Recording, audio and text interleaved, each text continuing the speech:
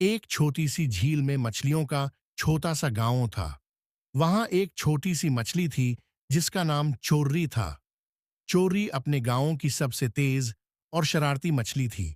वो अक्सर दूसरी मछलियों की चीजें चुरा लेती थी, कभी मोटी सीप, कभी बदाम और कभी खूबसूरत सीवीड। एक दिन चोरी ने एक चमकदार मोती देखा जो एक बड़ी मछली मोती के पास था। मोती उस मोती को अपनी कीमती चीज समझती थी। चोरी ने सोचा, अगर यह मोती मेरे पास होता तो कितना मजा आता। यह सोचकर चोरी ने चुपके से उस मोती को चुरा लिया और अपने छोटे से घर में छुपा लिया। अगले दिन जब सब मछलियां झील के किनारे एकाठा होकर खेल रही थी, मोती ने अपने मोती को ना पाकर जोर जोर से रोना शुरू कर दिया। सब मछलियां परेशान हो गईं और उसकी मदद करने लगी। चोरी ने मोती को रोते हुए देखा, लेकिन उसने कुछ नहीं कहा।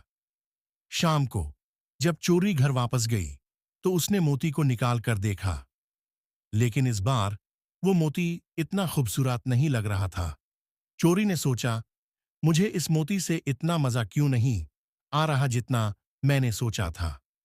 उसने सोचा और सोचा, फिर उसे समझ आया कि चीजों की खुशी सिर्फ उनके पास होने में नहीं, बल्कि उन्हें शेयर करने में होती है। चोरी ने फैसला किया कि वो मोती से माफी मांगेगी। अगले दिन वो मोती के पास गई और मोती वापस कर दिया। मोती ने पहले गुस्से से देखा, लेकिन जब चोरी ने सारी बात बताई और माफी मांगी तो मोती ने उसे माफ कर दिया।